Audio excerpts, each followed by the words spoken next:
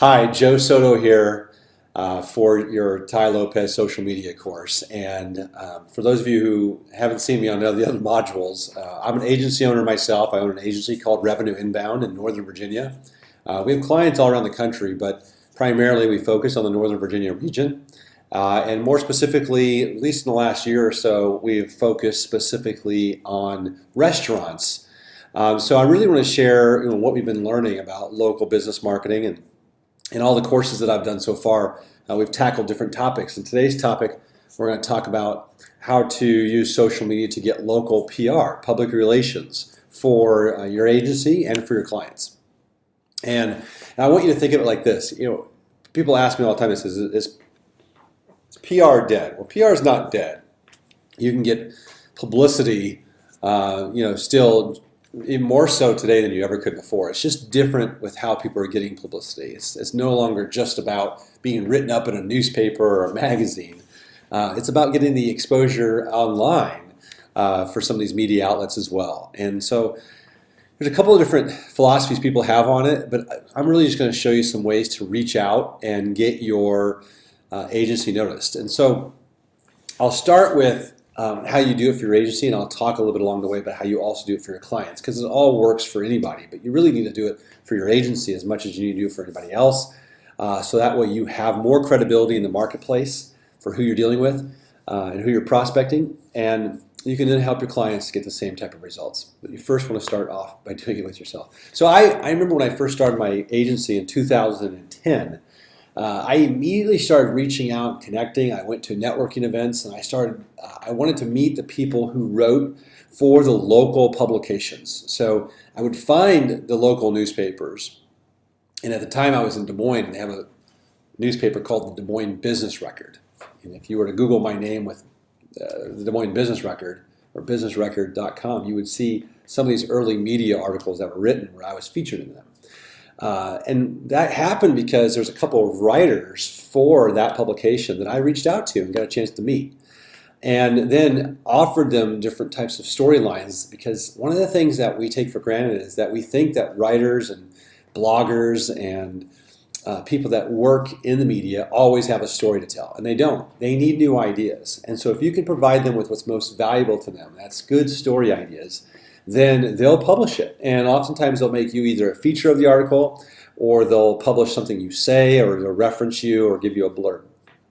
And so I'm going to show you how you connect with some of these people to start getting some media attention. And this pays off, because ultimately you're going to turn back to some of these media influencers, and you're going to have them also hopefully give some shout outs and give some media to some of your clients.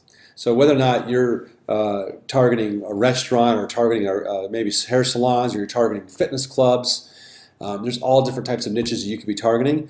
It doesn't really matter. You have an opportunity to make sure that you're telling your story in social media, and that you're reaching other people who might tell your story through their media outlets and also through social media. So I'm going to turn to the computer, and I'm going to show you specifically here in a moment what kinds of things that I teach my people and I train my team to do, and what I do as well, so you can build some local PR. So I have some bullet points here. This is going to be in the handout that you're going to get, and one of them is by starting off by following local media writers and influencers in your area or region. So how do you find those people?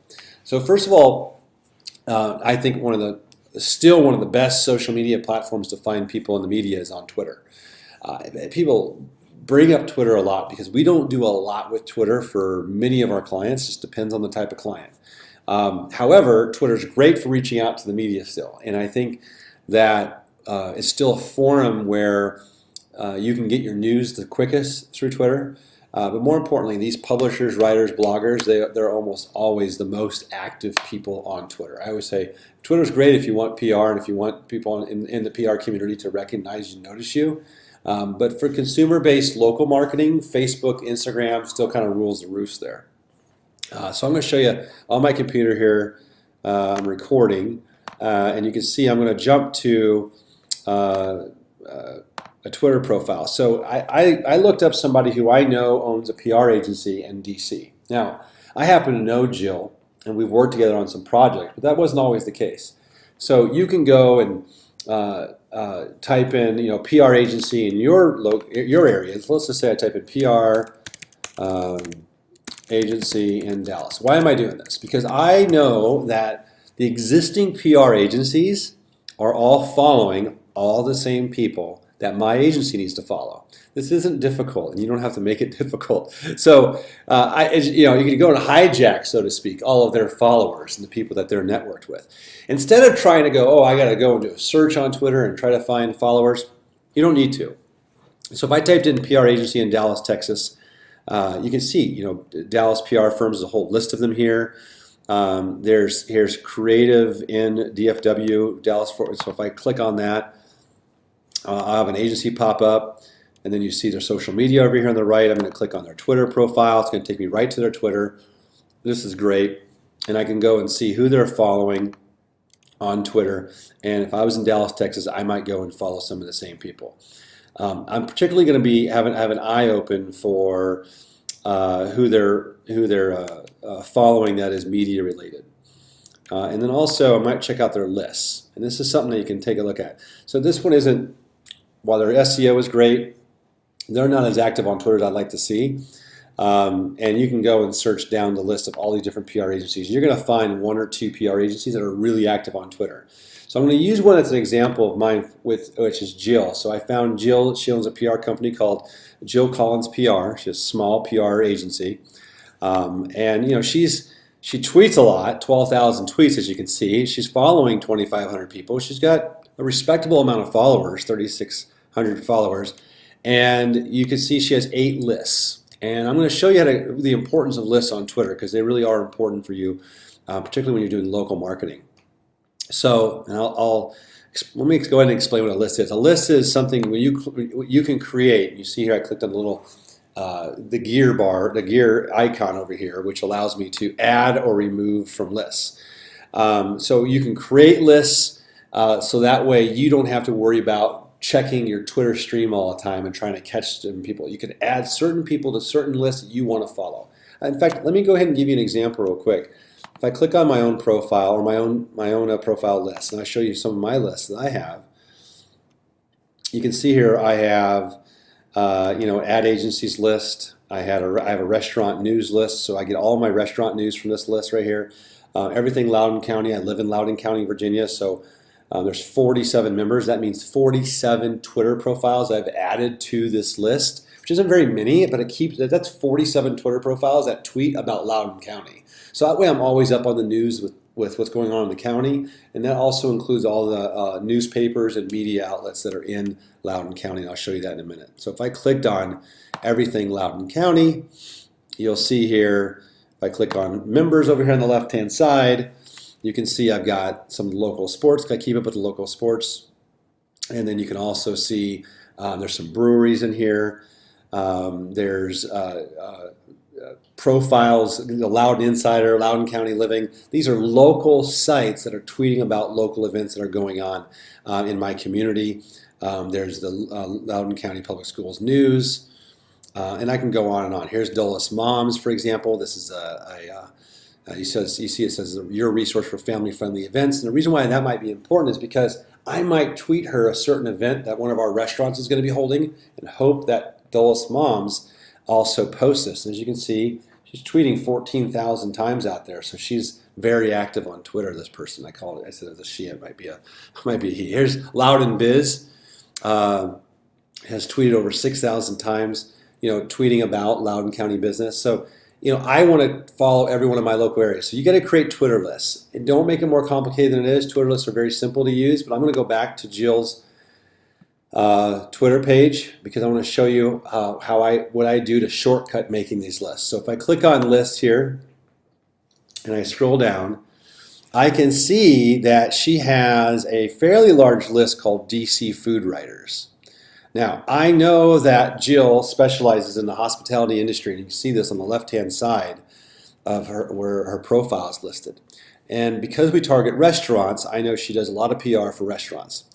And I actually met her on a mutual client that we both had. And then, like I've taught in other modules, I asked if she would be interested in joining my alliance and being part of my network where we could refer each other business. We both do very different things. She focuses on event planning and holding different types of events for restaurants, such as maybe wine tastings and things like this. She also is very good, has a very good contact base of area newspapers and online magazines and online bloggers that focus in the DC area about food and restaurants. And so I know that she can get our clients some really good media coverage. So she's been the most valuable contact for us and has helped some of our clients get some publicity through our efforts. So if you look here, it says DC Food Writers. I'm going to click on that. It's going to pull up all the tweets by these people, which is great, and I might scroll through that and retweet things. But I'm really after her list. And so I'm going to click on the 74 members here. And you can see here, I started following several people on the top of her list. But if I scroll down, these are all, look at this, it says food writer. Let me just grab one real quick. Rena, right here. She's a food writer and a professional eater. It's funny, for Zagat.com, which is a very popular review site for restaurants. You've heard of Zagat. Chances are. You see here it says Western New York and DC lifestyle blog covering food, drinks, and travel. Edible DC is a print magazine celebrating the vibrant local food culture of Washington, D.C. That's somebody I want to follow. They have a big following of 1,900 people, which is good for regional Twitter. You look at people like Tide, you see, Twitter following in the hundreds of thousands. But for local business and for local Twitter accounts, if somebody has 500 to a couple thousand followers on Twitter, and more importantly, they've tweeted several hundred or maybe even a few thousand times, that's somebody who's active on Twitter who you want to stay in front of and be connected to. Twitter gives you a chance to do it. You can look, if you're paying attention right now and you're looking at this Twitter list, you can see that it contains a lot of people that we would want to be following and targeting for our clients and for their restaurant events. And so you just simply go down this list and follow these people as well. And then what I do is I go through and I follow a whole bunch. And then I'll go through and I'll click on the little gear next to their accounts. And then it says add or remove from lists. Now I can add Bonnie. She's the deputy dog at Wapo Food, editor of the Washington Post cookbook, right? Readers' favorite recipes. You think I want her tweeting or talking about some of my restaurant clients? Of course. But I'm going to add her to one of my lists, and let's say I'll add her to my DC Food Writers list. See that? It automatically adds her, and then I'm going to click the X button, X out, boom, she's added to the list. That's how fast you can build a Twitter list. By going to somebody else's list, so that way you don't have to do the search for all these food writers yourself. You could Google search, all the food bloggers in Washington D.C. Then you got to go to their websites and you got to click on their Twitter profile and follow them and add to the list. I'm telling you, that's the long way. This is the shortcut way. You first do a search for some media influencers in your area, ideally PR agencies that specialize in your niche. Or media writers or bloggers that focus on your niche. You can go to any blogger. Let's say you target fitness businesses for your small business marketing and for your agency. And your job is to help fitness clubs and these boot camp fitness centers and fitness these people that do CrossFit and all these different types of and yoga places and bar and all these type of fitness places. And your job is to help them grow their business and get more customers. So you would then go to some people who write about the fitness industry in your area or region, who either blog about it or have written articles about it in the local media, including your local major newspaper like the Washington Post or maybe it's the Des Moines Register if you're in Des Moines, Iowa, and so on. So get on there and find those people on Twitter and then access their lists and see if they have lists, because if they're good on Twitter, they have lists, and then find their people. So that's the number one way to start getting immediate attention is by following and then start building a relationship with these people. So you might reach out to them.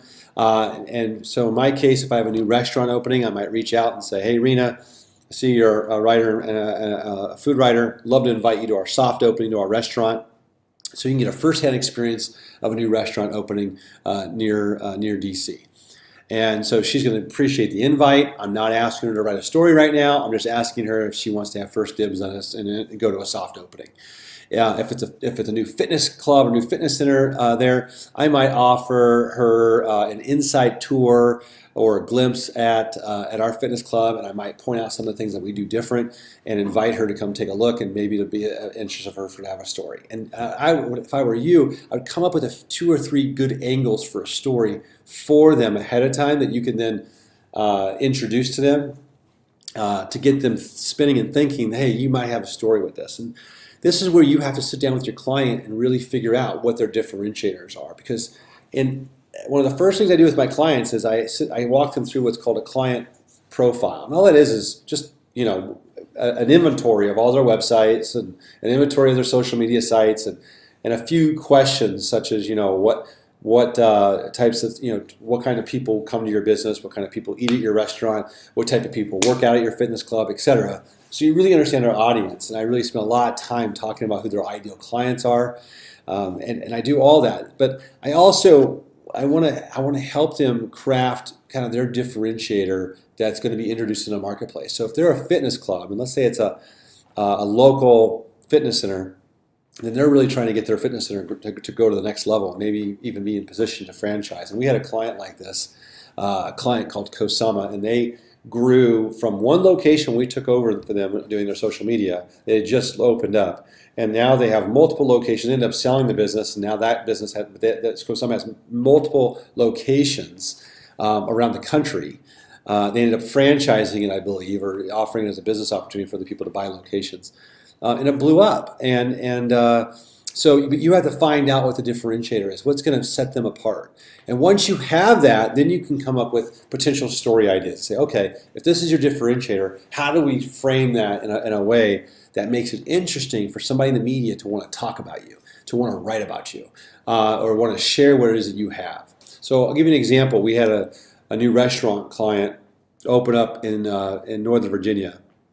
That was a seafood restaurant that had aquariums that were, massive aquariums, like $250,000 aquariums, if you've got the picture, where a part-time marine biologist had to be hired by the restaurant in order to keep up with the fish in these aquariums a couple times a month. And so, that made for an interesting story in and of itself, that they had a marine biologist on staff. Like, how many restaurants have a marine biologist on staff? And then they put a moat that drove around these aquariums with little skiff boats carrying sushi. Now, they weren't a sushi restaurant. They were more of an island-themed seafood restaurant, but they wanted to carry some sushi so people could have fresh fish when they come into the restaurant. That made for a cool story. So all of a sudden, and I'll show this to you, they started getting all kinds of publicity. So if I do a little search here, I type in news for Ocean Blue, and you see top story here, August 19th, your sushi arrives, little floating boats at this new Sterling restaurant in the Washingtonian, which is a major media outlet for our client. And here they came in, they took pictures of this client. Look at all the great pictures and photos they took. Talks about the owner and their story. It's phenomenal. And this isn't it. They got all kinds of stories. Island-inspired Ocean Blue restaurant to open in Cascades. You can see here another one. Island-themed restaurant announces menu. Here's Easter DC, because we targeted Easter DC writers. 5 restaurants that I've opened this week, and one of them was our client, because we want to make sure they got listed in the story. Take a look inside Colada's shop, which is right outside of Ocean Blue, also got our client some PR, which was nice. And then you see here, Cascade Overlook offers restaurants for every whim. That was in the Loudoun Times Mirror. Again, in Cascade's Outlook is another one of our clients, which happens to be the entire hospitality facility that all these restaurants are in, the plaza. So you can see that this is the type of media coverage you want to get for your clients. Fantastic. And then if I do another one, there's another client, Field and Main Restaurant, and I'll do it. They're in Marshall, Virginia. Okay, I'm searching the news. See, I'm in Google News, and you see here Field and Main review by the Washington Post. They came in and do an amazing photo. You see here loud and now they got mentioned. Here's another one in Easter, DC. Here's Fauquier Times, good food. Right here, Intersect of Field and Maine. You can see they're getting, real publicity and now keep in mind that these, and here's my clients and good friends now, Star and Neil, and you'll see here that they're getting fabulous first-class publicity and on an outlet that is beyond just their own social media. And then this gives them more content to share, for us to share for them, also in social media. So that's where this can all lead to. It's the reason why you want to be active on your own social media, connecting with people who could be reviewing your clients. And I know we're talking about restaurants, but it's true for any type of business. People are reviewing and writing about doctors' offices and plastic surgeons, and they're writing about lawn care landscapers that are doing incredible jobs for people and customers and commercial and business. They're writing about my father-in-law does residential luxury kitchens and baths. And so right now we're working on what's going to separate him in the Northern Virginia area for some of his clients on social. It doesn't matter what type of business. If it's a salon, you got to find out what makes them different. One of our new salon clients told me, so what makes us different is our training program. We take all of our stylists through an advanced and very rigorous training program over the first couple of years that normally would take them several years to get through if they went any other path. And I said, okay, tell me more about that. And as they told me more about it, I realized this is really a differentiator, because I used to think, and I need to be educated on this, which is going to be part of their program and their campaign, is to educate the community on what makes them different. I used to think, a salon's a salon, a stylist is a stylist. There's all these different levels of stylists. I thought that was all kind of hogwash, but apparently, as I've learned, that's definitely not the case. So I said, the community at large kind of needs to be educated on what they're paying for when they go to us, have a true salon experience like what they're offering. So you got to dig into that, and that becomes some of your story, it becomes some of your angles. You're going to ask people in the media to write about for your client. And it better be entertaining and it better be interesting. So that's all I got to say. Okay, so let's move on. So another opportunity is for you to have a blog or to publish your own content. And you can do that on your own blog, or you can do that on medium.com. You can share, you can post directly your articles on linkedin.com. If you target a business, for example, so if you're like a B2B marketer, if your client or who you're targeting is like a management consulting firm, that might be your niche. Target management, that's a great niche, by the way. If you're still trying to figure out your niche, management consulting firms, anybody who's trying to get a business as a lead and as a client, they make good clients. And the reason why is they don't need very many clients that you help them get in order to pay for your services. So for example, if you sell to the niche of management consulting firms and their average consulting project's $10,000, well, you just need to find them one a month, and they'll happily pay $1,000 or $2,000 a month for you to help them find one more client per month. But the reason why I brought them up is because let's say I target management consulting firms. I can go on LinkedIn, I can publish an article on LinkedIn or on my blog and share it on LinkedIn, and then I can share it into a group on LinkedIn that's about management consulting that I know management consultants belong to. So, and that having content that's from your own writing and something that you've published, gives you it's like additional weapons. So I have restaurant blog articles I've written. I have agency blog articles I've written. I have small business marketing blog posts I've written. You name it, and I share it all the time on my social media and with my client prospects. Sometimes if I'm prospecting a client, I'll just send them an article and just say, listen, I know we don't do business together yet, but I thought this article might help you. Maybe pass it along to your marketing people and they can do a little bit better job for you. And I'll plant a seed like that. It's like poking them a little bit in the side with something of value. So think about that. I'm already kind of tapping on this, but I have on here on my notes, direct outreach again, pitching to local media writers and influencers about an angle.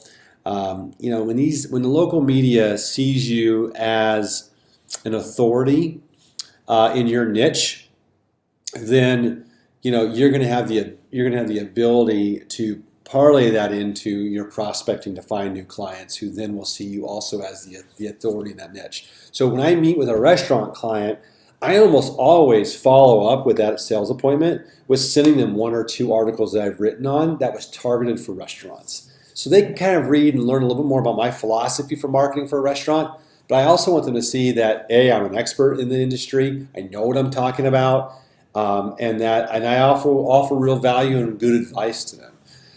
Okay, another way. Your agency can create be part of a local initiatives or local community givebacks, and so or charitable events that are going on. So I'd invite you to, for example, let's say it's we have Thanksgiving coming up at this time of year, the time we're recording this video. Maybe it's contacting a local organization about giving out food baskets or sponsoring some families, and your agency, your business can sponsor a handful of those families or more.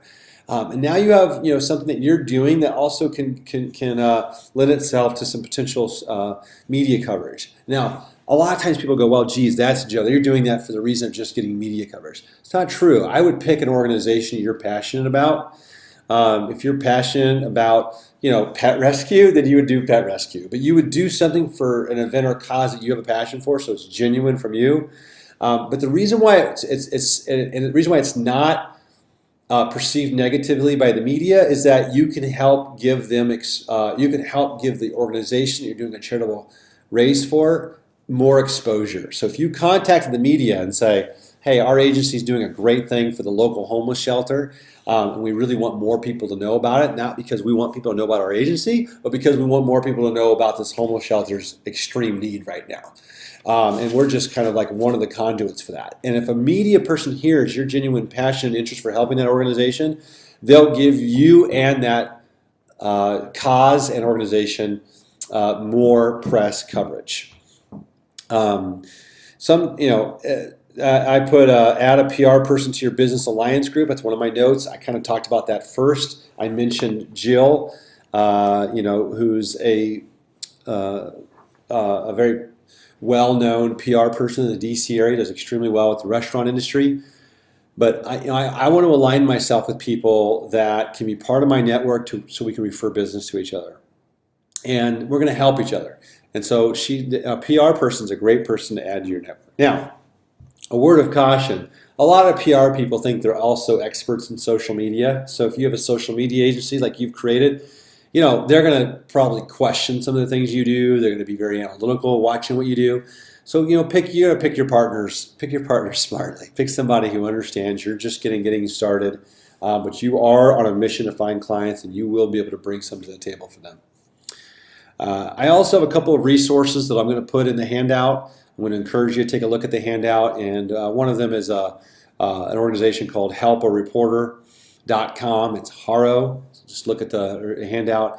It's where you can be notified of different stories that PR people need blurbs or content for. So the reporters and writers will put out a report that says, it's almost like an alert that says, I'm writing about the best sushi in Loudoun County, and I need somebody to give me a blurb out, or a restaurant to talk about why their restaurant should be up for nominated for best sushi. And so I may see that alert and be like, oh, I have a restaurant that has sushi. I'm going to make sure I contact them and get my client's name mentioned. It's a great resource, and I encourage you to utilize it. So there you have it. Just a few tips on how to use social media to get local PR for your agency and for your clients.